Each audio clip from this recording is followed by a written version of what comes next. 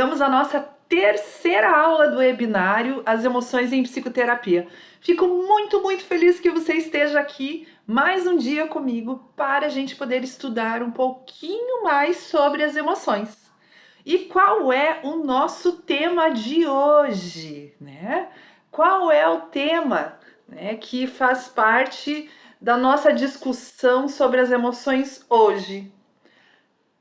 A regulação emocional.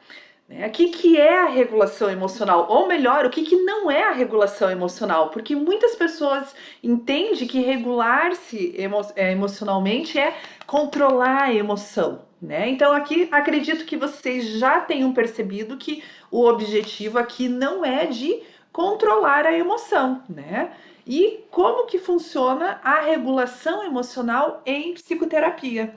Então hoje a gente tem uma aula super interessante que eu preparei aqui para você e que eu espero que contribua muito na tua atuação no consultório com os seus pacientes. E se você é estudante de psicologia, também espero te apresentar aqui uma perspectiva diferente, né? E que muitas vezes a gente não vê durante a graduação.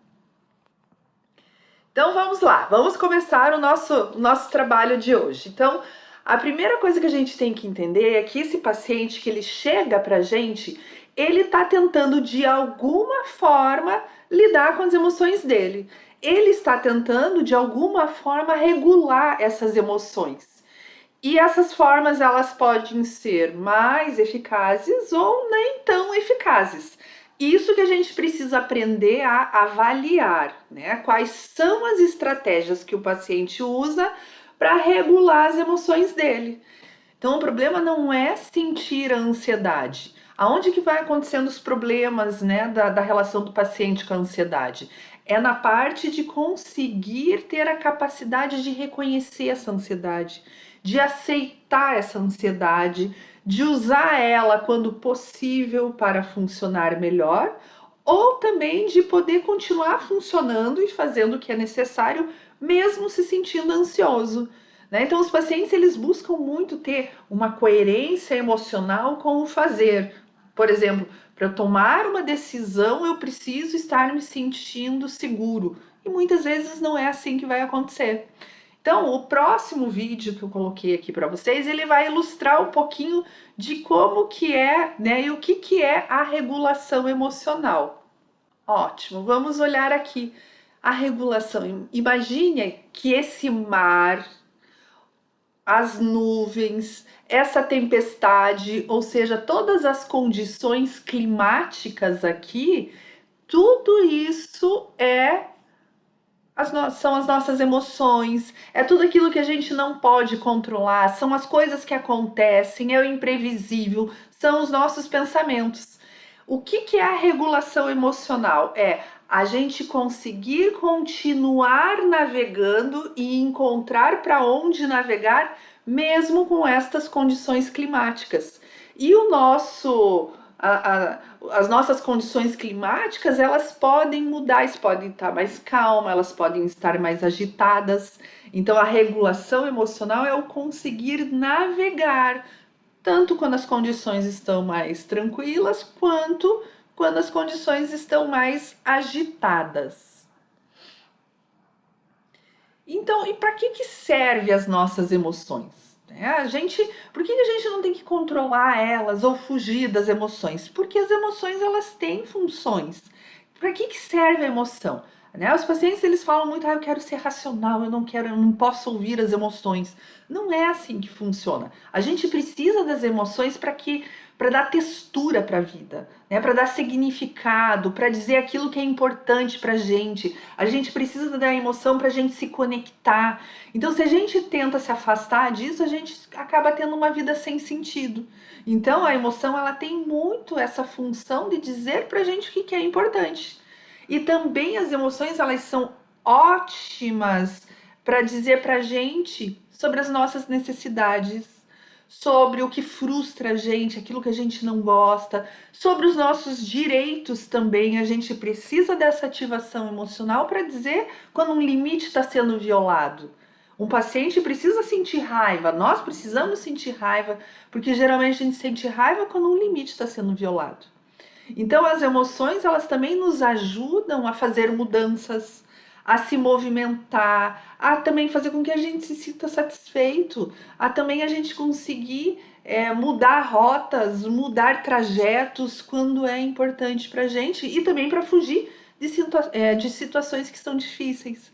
Então, as emoções, isso é muito importante a gente psicoeducar os nossos pacientes sobre essa função que tem as emoções. E quais são os componentes da emoção? Né? O que tem na emoção para a gente avaliar? Né? O que a gente precisa observar nessas emoções? Então, vamos pensar que a emoção ela teria aqui 6 componentes, tá? Quais são esses componentes, né, das emoções? Um componente de avaliação, que é aquela que a gente vai avaliar a situação através da emoção, da sensação, é aquilo que a gente sente um frio na barriga, um calor nas mãos, o coração acelerar. A emoção também diz pra gente sobre a nossa intenção, né? O que a gente quer naquele momento, para onde que a gente está indo, o que a gente almeja com aquilo. A emoção ela também tem um comportamento motor, a gente vai se movimentar de acordo com essa emoção. A gente pode sair de algum lugar, a gente pode bater uma porta, a gente pode chorar, né? E a emoção também tem um componente que é interpessoal. Que componente que é esse? O que eu faço quando eu tenho alguma emoção? Eu procuro alguém para ir lá reclamar e falar? Eu procuro alguém para brigar, né? Eu me afasto das pessoas, eu me isolo. E também a gente tem um sentimento sobre essa emoção. Então, eu posso sentir raiva num momento e depois falar, meu Deus, eu não posso sentir raiva. Me senti muito culpada por sentir aquela raiva. Então, aquela emoção que é despertada num primeiro momento vai gerar outros sentimentos de acordo com a avaliação que a gente tem de nós estarmos sentindo aquela emoção. Agora, né, a gente precisa escolher. Ao avaliar as emoções, nós precisamos escolher qual estratégia que a gente vai adotar para trabalhar com aquela emoção. E não existe uma fórmula única, mas a gente tem que entender o quê? Que a gente tem vários lugares por onde começar a trabalhar. Né? Então, pela emoção ela ser multidimensional, a gente vai precisar ver por qual dimensão que a gente vai começar a trabalhar. Claro que esse é um foco grande de o trabalho com as emoções por si só. A gente vai conversar lá no curso online, né, que é o trabalho das emoções em psicoterapia. Então é lá naquele curso que a gente vai falar mais em específico sobre isso. Hoje eu quero pelo menos que você saia daqui com uma ideia de que existem diferentes dimensões e formas de trabalhar as emoções com os pacientes. E quais são no geral essa? Eu posso optar em adotar naquele momento uma estratégia que seja mais de manejo do estresse. E aqui eu vou adotar um pouquinho mais de estratégias que têm a ver com relaxamento, com exercícios respiratórios. Então, essa é uma forma de abordar em um momento. Num outro momento, eu posso trabalhar com intervenções mais baseadas no foco da aceitação da emoção. Né? Então, quando eu quero trabalhar mais as questões de controle e de aceitação. Então, aqui é uma outra dimensão e um outro conjunto de técnicas para a gente trabalhar. Temos também estratégias que são mais focadas no quê? Nos esquemas emocionais do paciente. O que seria isso? Naquilo que o paciente tem de crença sobre as próprias emoções. Por exemplo, o paciente pode ter a crença de que eu não posso ser vulnerável. Se eu ficar vulnerável, quer dizer que eu sou uma pessoa fraca. Eu sou uma péssima pessoa por sentir raiva. Então, aqui a gente tem um leque de intervenções direcionadas mais para a terapia do esquema emocional. Nós temos também técnicas que estão mais relacionadas com a atenção plena, né? Em treinar o paciente para ele conseguir ficar no aqui e agora. Uma outra técnica também, ela está relacionada a uma reestruturação cognitiva, né? Que são técnicas um pouco mais direcionadas às ideias que o paciente tem de determinada situação. Outra dimensão do trabalho com as emoções é a resolução de problemas. Então, é auxiliar o paciente a resolver os problemas, mesmo sentindo dúvida, mesmo sentindo incerteza, mesmo se sentindo inseguro. Temos também o outro núcleo, que é da ativação comportamental, que tem um foco maior nessa ativação, que é de colocar o paciente, engajar o paciente em comportamentos específicos.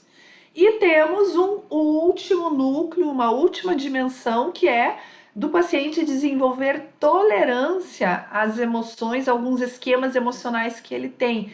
Tolerância àquelas sensações desagradáveis ou aquelas emoções desagradáveis que ele tem. Então, aqui é só para vocês terem uma ideia da amplitude que a gente tem no trabalho com as emoções.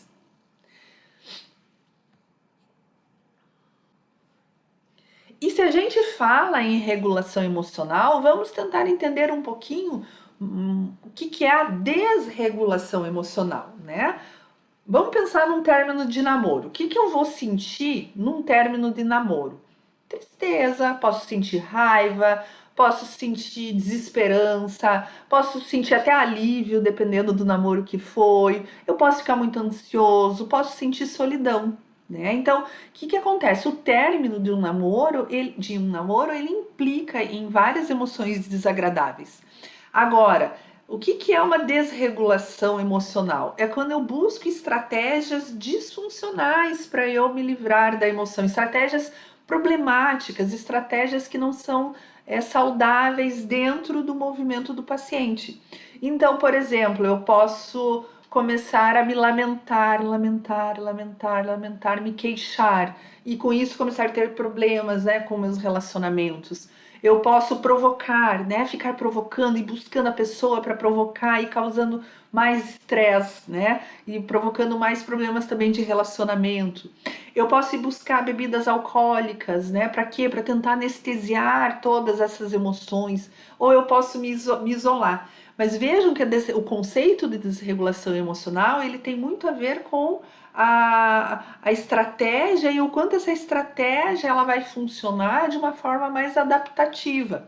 Porque beber pode sim fazer com que eu me regule emocionalmente, mas essa regulação ela não vai ser uma regulação adaptativa. Então, ela vai ter aqui as estratégias, a desregulação emocional, ela está mais ligada a eu conseguir até reduzir temporariamente a emoção, mas eu vou ter um prejuízo que na administração das minhas emoções, eu vou acabar tendo mais problemas pelas estratégias que eu acabei adotando. Aqui eu coloquei uma imagem para vocês, né, para vocês observarem um pouquinho o que seria a desregulação emocional. Né? Então veja bem, o que está acontecendo com esse barquinho?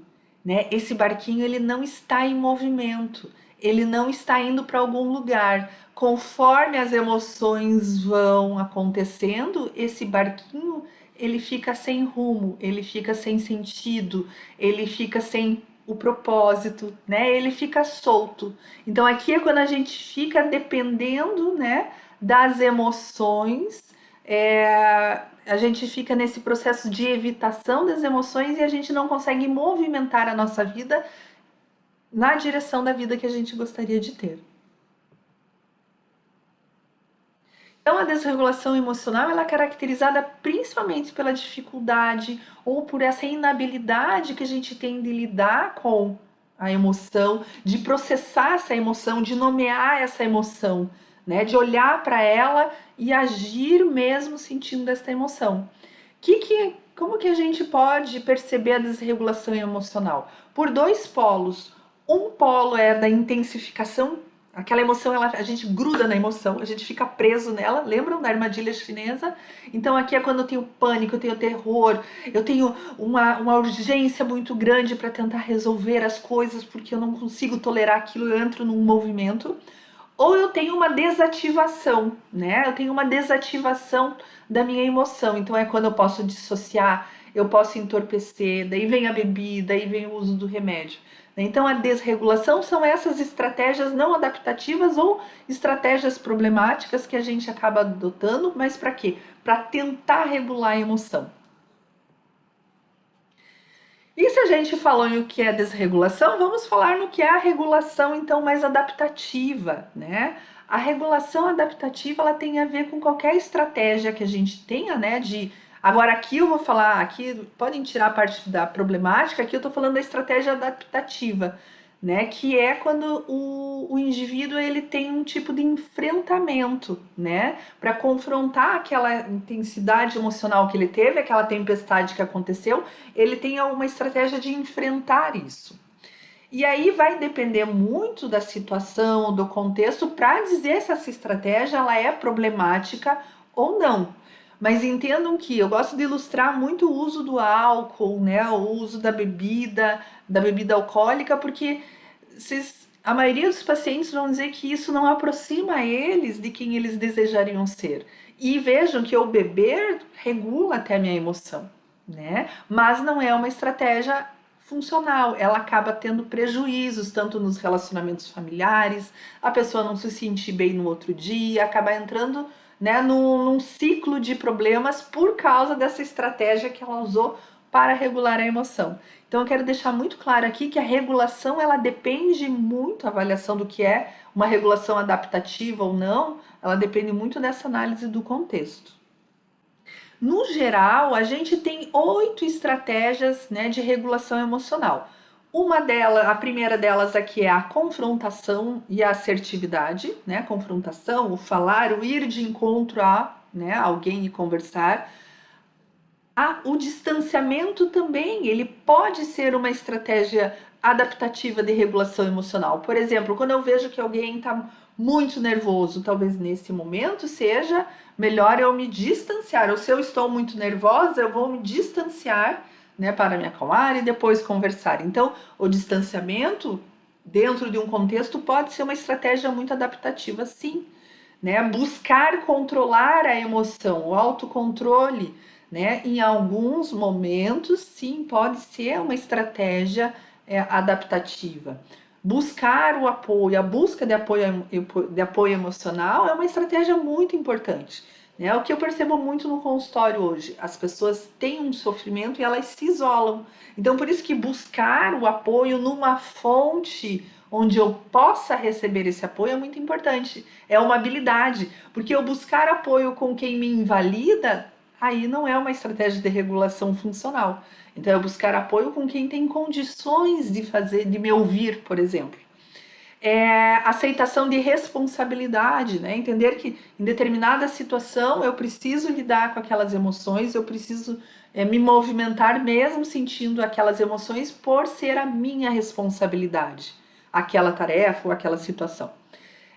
Fuga e esquiva também pode ser uma estratégia dentro de um contexto, uma estratégia funcional, né? Então, por exemplo, fuga ou esquiva, se eu chego e vejo alguém violento, eu fugir dessa pessoa, claro que é uma estratégia funcional, né? Para eu regular o meu medo.